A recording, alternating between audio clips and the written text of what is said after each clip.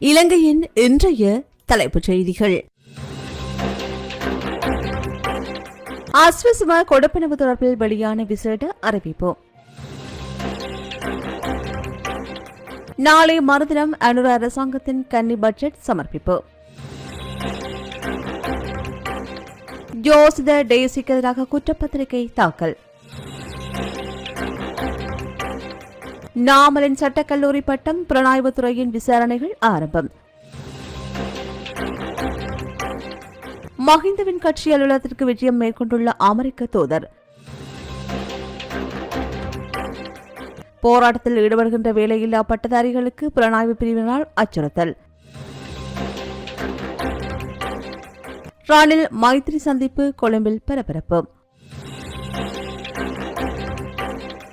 அமெரிக்க தூதுவருக்கு எதிராக கொழும்பில் ஆர்ப்பாட்டம்.